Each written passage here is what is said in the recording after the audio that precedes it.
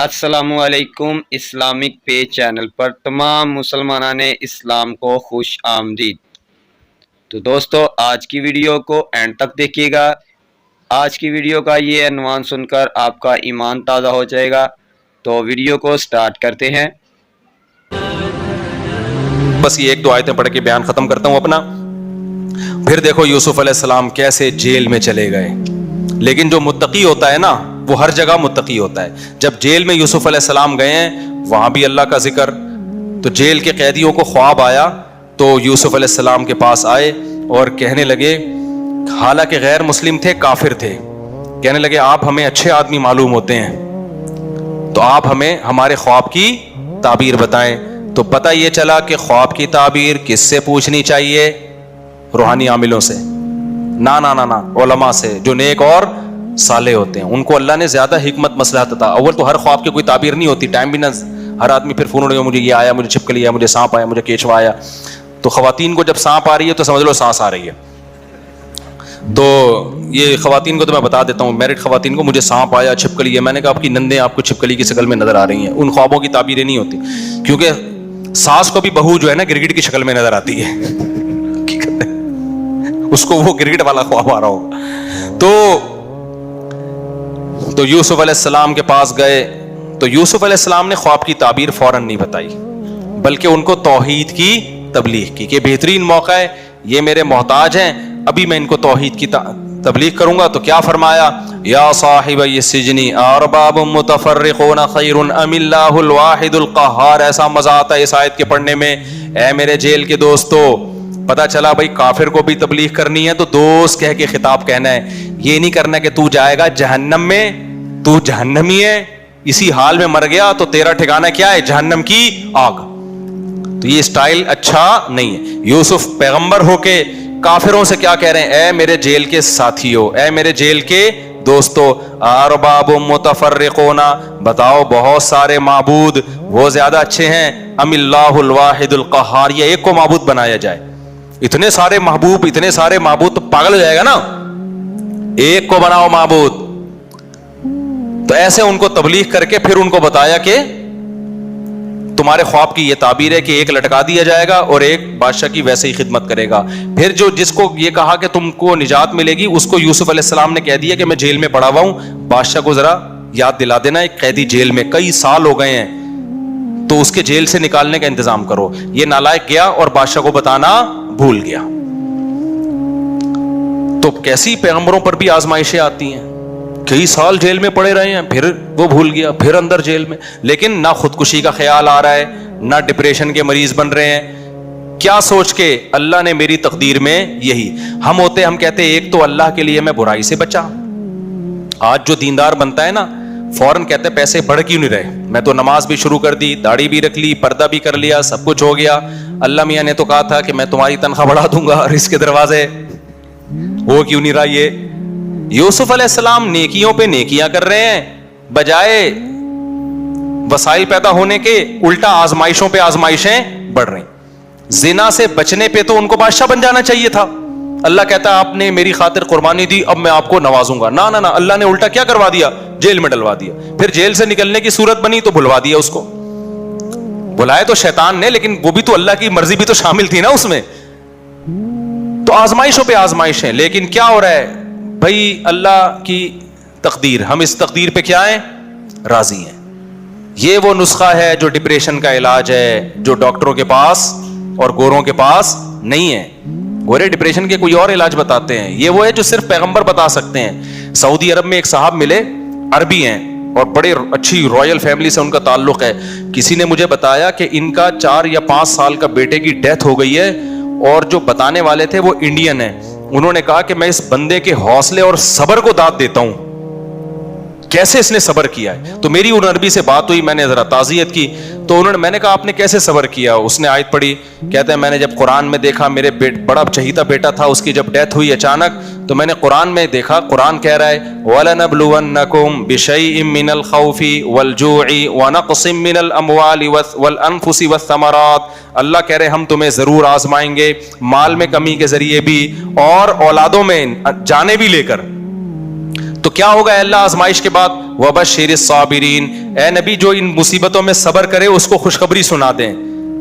کیسے صبر کرے؟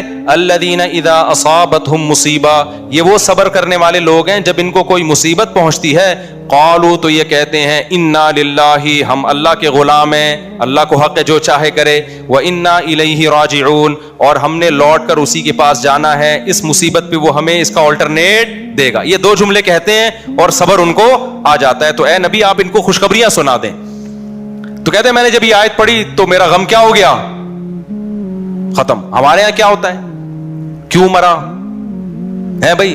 پھر ایسی فضول بحثیں ہیں. وہ اصل میں اس ڈاکٹر نے ٹیکا ادھر لگانا تھا ادھر لگا دیا نا، یہ ڈاکٹر ہیں ہی 2 نمبر. پھر یہ ہوگا پھر وہ ہوگا، پھر سر دیواروں سے مار رہے ہیں، ڈپریشن میں جا رہے ہیں، 6 مہینے گولیاں کھا رہے ہیں، رو رو کے جب دیکھتے ہیں نا اب زندہ ہونے کا کوئی چانس بچا نہیں ہے. کیا خیال ہے؟ سب کچھ کر کے دیکھ لیا، پھٹا بھی کر لیا، اللہ سے لڑ بھی لیے، ڈپریشن میں 20 لوگوں سے پھٹا کر لیا. آخر میں کہتے ہیں اب چلو یار اللہ کی مرضی بھائی، اللہ نے دیا تھا، اللہ کی مرضی. لاسٹ میں اینڈ میں یہ آ رہا. اور ایک تو چھوٹا سا بس واقعہ سنا کے بیان ختم کروں میں، سچی مچی کا آخری واقعہ. آج کل یہ بہت ہو رہا ہے، معاشقے چلتے ہیں نا تو لوگ تہجد میں پھر ایک دوسرے کو مانگتے ہیں. لڑکیاں تہجد میں مانگ رہی ہوتی ہیں اللہ مجھے یہ والا مل جائے، یہ ہو رہا ہے بہت. لڑکے تہجد میں مانگ رہے ہوتے ہیں رات کو اٹھ کے نا رمضان کی آخری راتوں میں اللہ فلانی سے میری شادی کرا دے. یہ بہت ہو رہا ہے، آپ کو مجھ سے زیادہ پتا ہوگا. جب نہیں ملتا نا پھر اللہ کو برا بھلا کہتے ہیں. ہم نے تو اللہ سے بڑا مولویوں سے سنا تھا رات کو تہجد میں دعائیں مانگی جائیں، میں تو کئی 1 مہینے سے مانگ رہی ہوں، میری تو پھر بھی وسیم سے شادی نہیں ہوئی، وہ پھر بھی کم وقت کہیں اور ہو گئی اس کی شادی. اب ایسا اب اتنی برداشت لوگوں میں ختم ہو گئی ہے، معاذ اللہ نقل کفر، اللہ کو برا بھلا کہنا شروع کر دیتے ہیں. یہاں تک ہونے لگا ہے اللہ بچائے کہ میں مانتی نہیں اللہ کو. کہاں ہے وہ؟ میں نے اتنا مانگا وسیم مجھے ملا سلیم. سلیم تو ہم نے مانگا ہی نہیں تھا، مانگا وسیم ہے، مل کون رہا ہے؟ یہ لڑکیوں کی بات کر رہا ہوں میں، یعنی جو میں نے خود جن کے مشاہدے کیے ہیں. اب میں کردار کا نام بدل دیتا ہوں، ہو سکتا ہے غفار مانگا ہو، لیکن میں ظاہر ہے سچی مچی بھی بتاؤں گا. کسی خاتون نے مجھے خود بتایا کہ میں دعائیں مانگ مانگ کے تھک گئی ہوں، ملا ہی نہیں، اور میں تو پھر اللہ کا انکار کرنا شروع کر دیتی ہیں. عورتیں بھی، مرد ذرا کم کر رہے ہوتے ہیں، یہ لڑکیاں جلدی جذباتی ہو جاتی ہیں. تو بھائی یہ اللہ سے لڑ کے کچھ بھی نہیں لیا جا سکتا، نہ وسیم ملے گا نہ تمہیں سلیم ملے گا. اللہ سے لڑ کے کچھ نہیں لیا جا سکتا. سوال پیدا ہوتا ہے جب اللہ نے اپنی ہی مرضی چلانی ہے تو ہم مانگیں کیوں؟ یہ بڑا ایک اہم سوال ہے کہ جب ہمارے مانگنے نہ مانگنے سے ملا سلیم ہی ہم کو، وسیم نہیں ملا، تو پھر یہ مولوی لوگ یہ کیوں کہتے ہیں راتوں کو اللہ سے اٹھ کے مانگو؟ کرنی تو اللہ نے اپنی ہے بھائی، کرنی اللہ نے اپنی ہے. مانگو گے نا اللہ سے تو آپ کے حق میں کرے گا، نہیں مانگو گے تو آپ کے خلاف کرے گا. آپ کو لگ رہا ہے کہ سلیم آپ کے لیے اچھا ہے، لگ رہا ہے، حقیقت میں آپ کے لیے اچھا نہیں، اس لیے اللہ نہیں دے رہا آپ کو سلیم. یوسف علیہ السلام نے اللہ سے کیا جیل مانگا تھا؟ اللہ سے یہ مانگا تھا جیل زنا سے بہرحال بہتر ہے، یہ تھوڑی کہا تھا مجھے جیل بھیج دے. پھر جیل میں بھی کتنے عرصے دعائیں مانگی ہوں گی، اے اللہ مجھے جیل سے نکال دے، نکال دے، نہیں نکالا. ایک چانس بنا کہ بھئی یہ بندہ جا رہا ہے، بادشاہ کو جا کے بتائے گا کہ آپ کی رہائی ہونے والی ہے، رہائی کا انتظام. تو اب خیال آیا ہوگا میری دعائیں قبول ہو گئیں، پتہ چلا پھر انتظام پھر نہیں ہوا، پھر بھی مانگے جا رہے ہیں، مانگے جا رہے ہیں. کیوں؟ یقین ہے کہ جس سے مانگ رہا ہوں وہ میرا خیر خواہ ہے، وہ مجھے اس سے اونچا مقام دلانا چاہتا ہے. وہ ایک خاص طریقے سے نکالے گا، وہ ایسے نکالے گا کہ بادشاہ کو خواب آئے گا کہ 7 دبلی گائیں 7 موٹی گایوں کو کھا رہی ہیں. سارے درباری کہیں گے یہ پراگندہ خیالات ہیں، اس خوابوں کی تعبیر نہیں ہوتی. اس موقع پر اس بندے کو یاد آئے گا بھائی خوابوں کی تعبیر بتانے والا تو جیل میں ایک بندہ ہے. پھر وہ آ کے کہے گا یوسف ایھا الصدیق، اے یوسف اے دوست، افتنا فی 7 بقرات سمان، بتا 7 موٹی گائیں 7 پتلی گایوں کو کھا رہی ہیں، گندم کے ساتھ ہرے خوشے خوش خوشوں کو کھا رہے ہیں، بتا اس کی تعبیر کیا ہے؟ یوسف فوراً بولیں گے تزرعون 7 سنین دأبا، 7 سال تم کھیتیاں اگاؤ گے. فما حصدتم فذروہ فی سنبلہ، جو کھیتی کاٹو اس کو ساری استعمال نہ کرو، کچھ اسٹور کر لو، کیونکہ اگلے 7 سال قحط آئے گا، اسٹور شدہ مال کو کیا کر دے گا؟ وہ ختم کر دے گا. ایسی تعبیر بتائیے بادشاہ نے. اب کہا لے کر آؤ، پہلے آتے اس انداز سے نہ آتے، وہ عزت نہ ملتی. اب تو بادشاہ نے کہا بھائی ان کو لے کر آؤ، یہ صرف خواب کی تعبیر نہیں بتا رہے، مصر کی معیشت کو تباہ ہونے سے بھی بچا رہے ہیں یہ.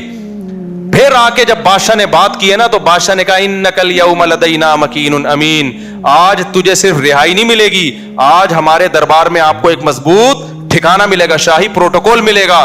پھر یوسف علیہ السلام نے کہا مجھے وزیر خزانہ بنا دو, کیونکہ اب یوسف علیہ السلام کو خالی رہائی نہیں, اب جو مانگوں گا وہ ملے گا, وزیر خزانہ بنا دو, کیونکہ وزیر خزانہ ہی کی آگے فیوچر میں سب سے زیادہ اہمیت ہوگی. وزیر خزانہ بنے اور مصر کو تباہی سے بچایا, اور اگلے مصر کے بادشاہ کون بن گئے؟ یوسف بن گئے. تو آپ راتوں میں اٹھ کے سلیم کو مانگے, جو ہو رہا ہے نا, میں تو وہی بتاؤں گا نا. اگر وسیم ملا تو اسی پہ کیا کرو, صبر کرو, ہو سکتا ہے یہ تمہیں وزیر خزانہ بنا دے. بہرحال جو بھی ہے وہ تو ہمیں کیا پتا وسیم آپ کے لیے اچھا ہے یا سلیم اچھا ہے, لیکن جو بھی ہو آپ نے اللہ کے دفتر میں فائل جمع کرا دی ہے, اور یقین کرو جو ہوگا آپ کے حق میں انشاءاللہ بہتر ہوگا. تو اس جذبے سے لوگ دعائیں مانگتے رہتے ہیں, اور جو ایسے ہی کہ ٹرائی کر رہے ہوتے ہیں, اللہ کا امتحان لے رہے ہوتے ہیں, دیکھوں ٹرائی کر کے دعا قبول ہو رہی ہے نہیں ہو رہی, ان کو کچھ نہیں ملتا. اللہ تعالیٰ سمجھنے کی عمل کی توفیق عطا فرمائے. آج کل کراچی میں بھکاریوں کا بائیکاٹ مہم بہت جاری ہے. بھائی بھکاریوں کو جھڑکو نہیں, کیونکہ ہو سکتا ہے کوئی سچی مچی کا نکل آیا, اور 100 میں اگر ایک صحیح نکلا تو اس ایک کی وجہ سے ان 99 کو کمبختوں کو برداشت کیا جاتا ہے جو فراڈی ہیں. تو جب آپ کو یقین ہو کہ فراڈی ہے تو پھر دھتکار دو, لیکن ویسے سائل کو دھتکارنا اگر وہ سچی مچی کا نکلا تو پھر بڑا خطرناک ہے. بیان کے بعد یہ کیا لے کہ تھوڑا وقت دیتے, بہت اہم بات کرنی ہے. طارق بھائی آپ ٹھیک ہے, آپ جزاک اللہ, آپ تو ریکویسٹ کرنے کی ضرورت نہیں ہے, آپ بولیں یار, آرڈر کریں یار. جو لوگ طلاق کے بعد یعنی میاں بیوی آپس میں رہتے ہیں, طلاق کی بات چھپاتے ہیں, کئی سال گئے انہوں نے, بالکل ان کا بائیکاٹ کریں. 3 طلاقوں کے بعد بھی میاں بیوی رہ رہے ہیں, ان سے دور ہو جائیں, ان کو بولیں تم لوگ زنا کر رہے ہو, کٹ جائیں ان سے, تعلق ختم کر دیں ان سے.